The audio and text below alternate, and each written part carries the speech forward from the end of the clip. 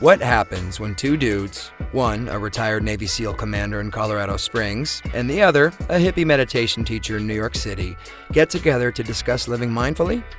That's a great question, because we don't know what will happen either. Raw, uncut, and unapologetic. Welcome to Men Talking Mindfulness with co-hosts John McCaskill and Will Schneider. Each week, we take an authentic dive into how mindfulness continually impacts our lives, deepens our relationships, and allows us to be emotionally alive. Now, on to the show.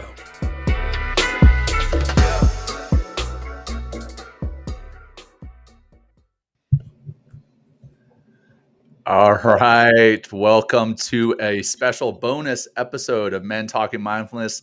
I'm John McCaskill, one of your hosts, and today we're actually going to have three hosts. It's going to be myself, my brother from another mother there, Will Schneider in New York City, and our recent guest, Dr. Clark Chilson from the University of Pittsburgh. We just wrapped up an episode on religion and mindfulness, or mindfulness and religion, and Dr. Clark enlightened us quite literally on a whole lot of things, but we are not here to talk about that today. What we're here to talk about today or now is masculinity, and we're excited to get into that. And we actually were just talking about how this episode was going to run, and Clark said he's going to flip the script on us, and he's going to interview us, and we're going to see where this goes. So honestly, we don't have a script for this. We're going completely unscripted. We're going completely off the cuff, and we're just going to have fun with it and see where it goes. So yeah, welcome guys. Great to see you. Yeah. Thank you. So this is the raw and uncut part. That's right. That's right. And unapologetic. Yeah. Unapologetic. Yeah. So first of all, I want to say I'm glad you're making time to do this. Will and I have been talking about masculinity and mindfulness for a few years now, right? Mm-hmm. And part of the concern was articulated in a book that came out a while ago titled Mindful America, The Mutual Transformation of Buddhist Meditation and American Culture by Jeff Wilson, who is a scholar in religious studies. And on page 146, he writes this, and I quote, "There are very few overtly male-gendered depictions of mindfulness.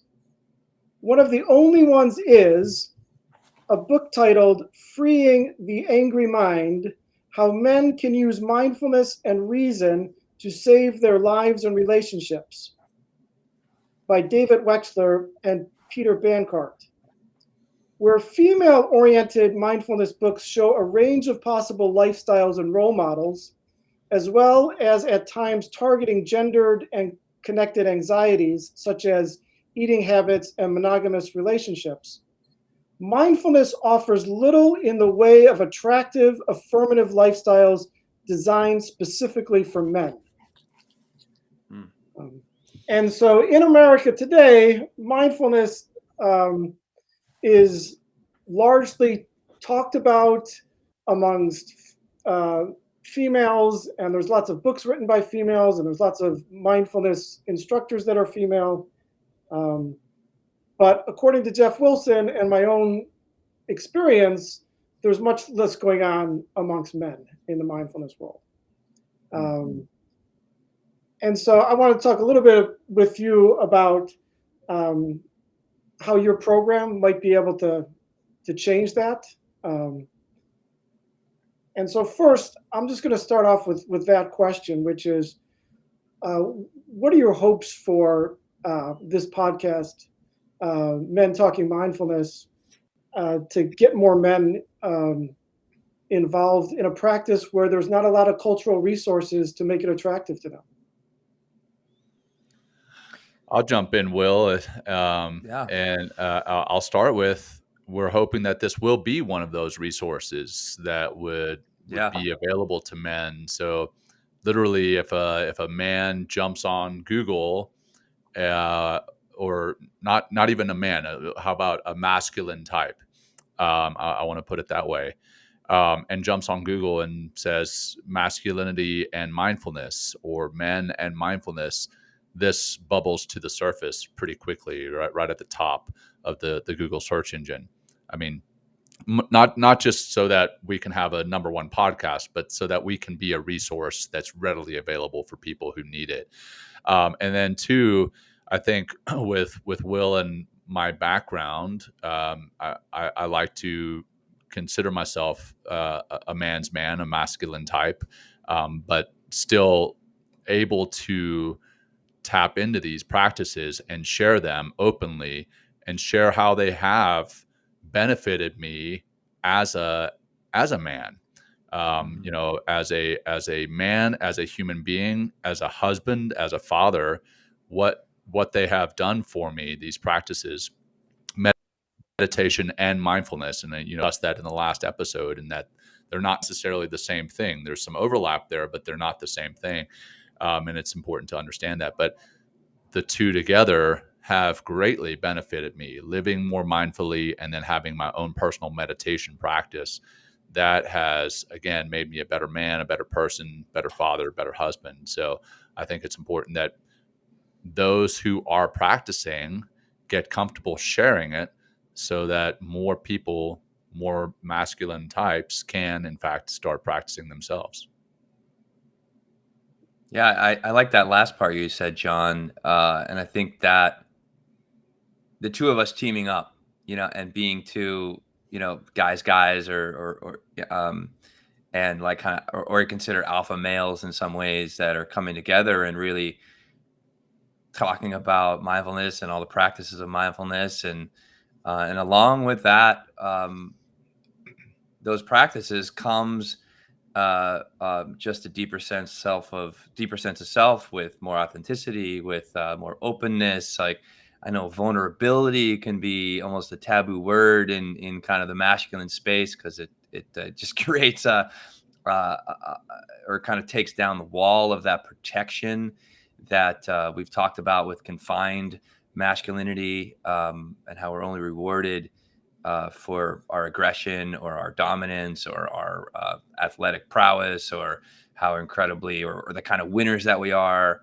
And what we're trying to develop here, Clark and Clark, we've been talking for years, and you're kind of on the back end of the, not necessarily the show, but like of my influence in how I'm continually showing up as a teacher, as a male teacher of exactly what that book is talking about, like a kind of a figure of mindfulness as a man. And we've been continually trying to create this conversation as a way of all people, but because we are two men that are doing this, to kind of look in this direction and be like, oh wait, like, there must be something here if guys like this are taking their time every week. And it takes us quite a bit of effort to produce this show every week. And we do it from a servant leadership kind of place, because of the impacts like John has talked about, and they've had the same impacts on my life. It makes me a better man. It makes me a better leader. It makes me a better son. It makes me a better citizen in my community. It has created more relaxation and patience, and it's made me a better listener. I think we kind of talked about that in the last show, and how incredibly important that is. We actually have a show coming up about leadership through listening, because that's how incredibly important it is to be able to have those skills. And also, I feel that the old patriarchal paradigm is slowly becoming extinct, because it has created a lot more harm than good in the world. And we're seeing it play out, generation after generation. And I think we're reaching a certain point in our generation and the generations, that are coming up, to be like, this doesn't work. And one of the ways that I feel we're going to be able to shift and get out of, and I really suggest, and I know, Clark, you listened to it as well, Reinventing Masculinity with Dr. Ed Frauenheim and Adams. Yeah, Ed Frauenheim. Really, they're a great book, Reinventing Masculinity. Really, really, really great read. If you want to see and kind of, because you're gonna get on this ride eventually, because it's not gonna stop. Like this is mindfulness and masculinity and mindfulness is only going to continue to increase because of the benefits like myself and John and I have been talking about. And there is a more peaceful way to live and a more powerful way as well. It's not just I'm going to be passive and peaceful, right? But I'm more productive and more proactive in my life because of the all these practices and what they've done for me as a person by showing up and practicing, but then also not just but taking these practices into the world.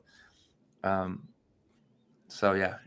I'll jump on the Reinventing Masculinity book and we had 2 or 3 episodes on that a couple of seasons ago in our second season with Ed Adams and Ed Frauenheim, and I saw some emails flying between you, Clark, and Will. There it is, Reinventing Masculinity. There's the book, and I saw, Clark, how you would like their use of the term confined masculinity instead of toxic masculinity. I mean, which we hear a lot these days. And for our listeners who may not have read that book or may not have listened to those past episodes, they are very clear in that masculinity in and of itself is not toxic. When you take masculinity and you force it on someone, or your beliefs of what masculinity should be, and you force it on someone, that action in and of itself is masculinity is not. Forcing it, what you believe masculinity to be, on someone else, that's the toxic side of things. But their use of the term confined masculinity is great because they say essentially that masculinity in Western society, or most society, is believed to be the provider, the conqueror, and I'm forgetting one side there, Will. I think you may be looking it up in the book, but the provider, the conqueror, and one other piece. Protector. Protector. Yeah, there you go. Yeah. And the protector. But really, in life, there's so much more. There's so many other roles that we can play: the nurturer, the lover, the artist, the creator, those types of things. And that's where we're literally confining ourselves as men by not letting ourselves experience those other aspects to humanity. So I just wanted to kind of further bring out the Redefining Masculinity book and how they talk about confined masculinity, and then they take confined masculinity, and when you get out of it and they unpack it. Will, what was the term they use in the book?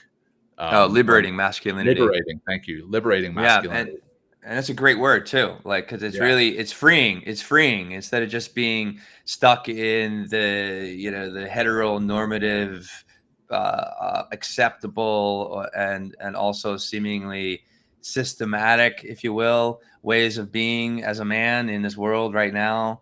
There is a whole nother way, or a whole nother added, not just like you have to shift and totally change everything. Yeah, we can be aggressive and we can be domineering and that sort of stuff. Like, that's just part of everybody, not just men. But to be more compassionate and kind and curious. And they really go on to talk about the 5 C's as a way of opening up that doorway. So we're not confined, but we're fully human. Right? Not just a man or a woman, but like fully human, actualized being by how we are expressing ourselves, but also not afraid to express ourselves because of some past conditioning or because of some cultural normative that we're just like fed, not even like we bought into it. We're just like fed it. Yeah. Right. But one of the things I like about the confined masculinity rather than the toxic masculinity, to build on your point, John, is that some people are toxic masculinity and they think that being a male is a toxic state. Right. Right. Yeah. Right. Or they think that being a male is a condition that needs to be treated, a problem that needs to be fixed. Where's my antibiotic for masculinity? But, being a male is an identity that embraces certain virtues. Mm-hmm. And those virtues are, courage, strength, nurturing. Think about what the word husband means. To nurture and take care of others. So I think a lot of the language, and this is my next question, a lot of the language surrounding mindfulness, I'm just not sure it's appealing to men. Like mindfulness is a method for self-care. I will tell you, when people start talking about self-care, to me, it just doesn't resonate the way like language like, strength or fortitude would. So I'm wondering what kind of language you think we could use to talk about mindfulness that men would say, yeah, that's something I want to foster. I want to bring more of that into my life. Oh, well, I'll tell you right off the bat that, Clark, my background is I got introduced to mindfulness when I was in a very dark spot, and I got introduced to it by a counselor.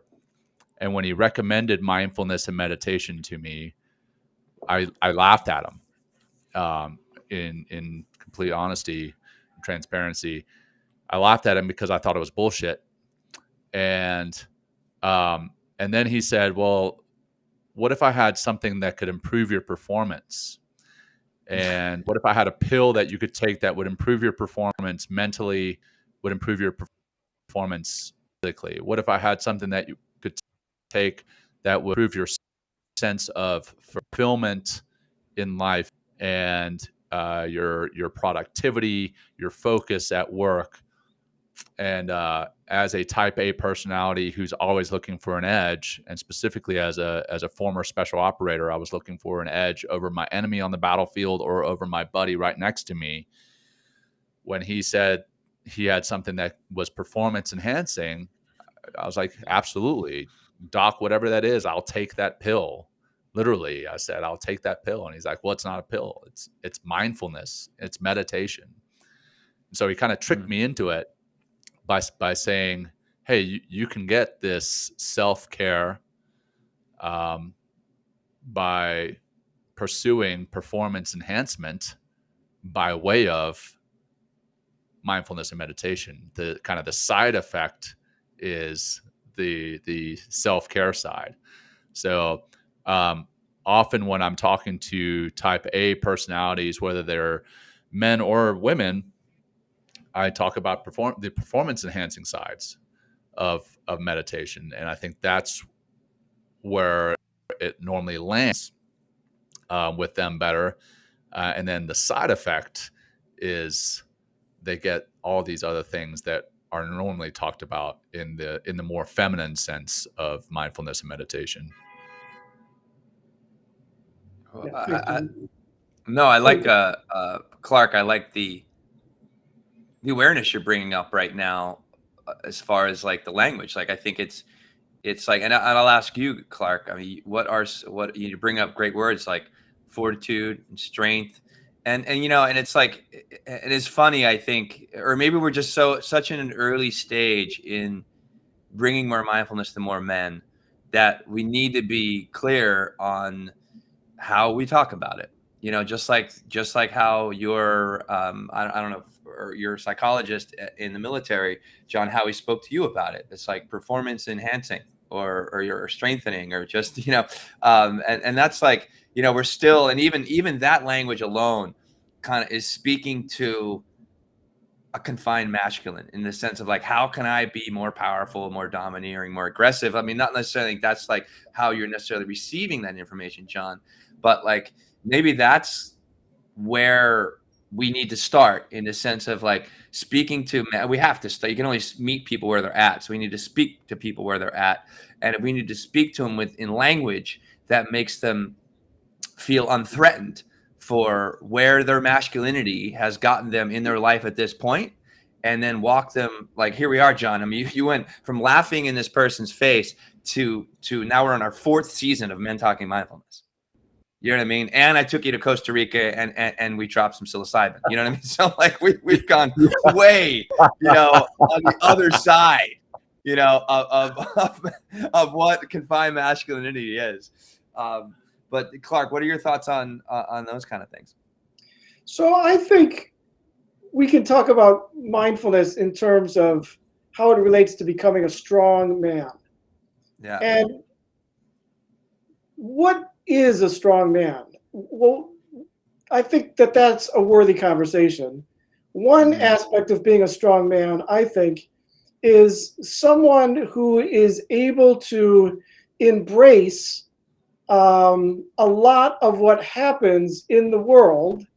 They're able to embrace a social situation, other people, emotionally, without doing things that are destructive socially, physically, um, and emotionally. So one of my concerns is that some of the ways that men try to appear strong is actually weakening them. Mm. Yeah. So, for example, like heavy drinking. Heavy drinking is kind of like, I can drink more than the next guy, and being a heavy drinker is somehow related to masculinity. Or being someone who is, let's say, someone who affirms their masculinity by seducing a lot of women, but never really being able to build healthy relationships. Mm. Um, you know, affirming their masculinity by being aggressive. Or athletic because pursuits or something. Yeah. they're too afraid that if they're not aggressive, people will take advantage of them. And so the ways that people have tried to be strong men are actually, I fear, making them weaker men. And this is where mindfulness can come in and make us as men stronger, in a way that will actually make us emotionally, physically, and socially stronger. Can you just elaborate a little bit? Oh, sorry. Go ahead, John. Yeah, I mean, it's all those ways of proving our masculinity are really pretty easy, right? So it's easy to go and prove that you're a man, quote unquote, by drinking a lot, by drinking more than your buddy, by drinking your buddies under the table. It's easy to quote unquote prove that you're a man by having these pursuits of the opposite sex. And it's easy to prove that you're a man by showing that you're angry and that you can be aggressive. The opposite of all those is pretty hard. Saying, you know what, I only want 2 drinks tonight. That can be difficult when you're surrounded by a bunch of peer pressure. It can be really difficult as a young man coming up in society when the pressure is there to go after as many members of the opposite sex as you can. It's really difficult to say, you know what, I'm in a monogamous relationship. I love the person I'm with, and you are perceived as weak. And it is really difficult to say, you know what, I just got insulted by this individual over here, but I'm going to control myself. I don't need to physically get into any type of physical altercation with him to prove that I'm more of a man. But for some reason, the easy option is what society embraces as what is masculine. But I believe, if we're truly wanting to be masculine, we need to embrace the harder options. We need to control our emotions. We need to be able to face down that peer pressure. And those are things that we as society need to change. Yeah, I mean, I would ask, my fellow men, are you strong enough to not give in to peer pressure? Are you strong enough to transcend someone who is being a jerk, or are you going to have to lower yourself and show weakness by reacting in a way that is not going to be helpful for you? Mm. Are you strong enough not to react? Are you courageous enough not to react? Right. Yeah. Yeah, and that's I've got a soon to be 3-year-old son, and these are ways I need to change my verbiage. Yeah. You know, as he is getting upset and throwing a, you know, a little soon to be 3-year-old temper tantrum, I can say, hey, are you strong enough to not be this way? I mean, he's obviously not going to embrace that terminology and verbiage yet, but as he gets older, I can start using terminology like that. And I think we as leaders within society, as leaders within our families, as masculine leaders, I'm not saying that all leaders are men, but I'm saying as masculine leaders, as setting the example for other men and young boys, we need to change that verbiage, kind of change that narrative around. So I'm gonna come back and refer to this episode and Yeah. use it for language with my own son. You know, I want to kind of break into that whole idea of and where it comes from to seem weak, right? Which is, I'm sorry, let me just go to that. Okay, cool. To seem weak, I feel like that in itself, that idea, could you call it the perception of being weak, right? So how I'm being perceived as weak, but I'm being perceived that way is because I am going against, the norms, right, of how a typical masculine should act, right? And I say typical in the sense of like, the patriarchy thing I kind of talked about. So we're kind of shamed into, in a lot of ways, like by getting back in line. And I feel like that whole getting back in line, we're just kind of like, I feel like we're kind of on, there's a knowing, or maybe this is my own experience in some ways, but like as a man, like we know that we have the ability to be compassionate and kind and nice and peaceful and kind of follow the golden rule and not be an asshole and take care of ourselves and control ourselves emotionally. We know this. Like, or I feel like there's got to be an inkling in every single human being, because there's a truth in our humanity that of all those things I just talked about, as well as all the things, that the heteronormative values and ways that we exercise our emotions and our actions are part of us as well. But I feel that whole idea of being weak is just a shaming mechanism. So you're not making other men uncomfortable by you being more liberating in your masculinity, and being able to express yourself in a way that that goes against that norm that we keep kind of referring to. Yeah. So it looks like our producer here is telling us we're up against it time-wise. Yeah. Well, it's your show, Clark. So you tell us how you want to end. Okay. Yeah, it's your show. Well, or it's like we can go a few more minutes. Okay, if it's my show, I want to end like this. I want to end by saying, invite me back to do episode 2 of this discussion, and I will prepare questions in advance, because I think that there's a lot that still can be talked about, and I'd love to have another conversation with you about this when you can fit me in. Maybe we can have you, and I would love, Will, I'm kind of spitballing here on the show. Go for it. So listen up, audience. You're seeing the brainstorming in action. But maybe we can have you, Clark, on the show along with Liz Plank, Ed Adams, and Ed Frauenheim, and just have a panel. And Will, you and me just kind of sit in the sidelines while we let the experts talk.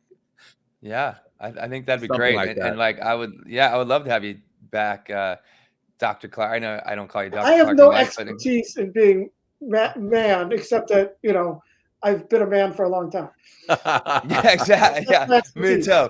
Yeah. Too. Like, I mean, do we really like? I think just the way I was raised, like, I'm definitely was that confined masculinity, and I think this is a very important discussion to have. Continually have this discussion, because this is that what we talked about earlier. This is that way of creating an opportunity to kind of soften or down regulate the shield of hyper masculinity or toxic masculinity or confined masculinity, however you want to describe it.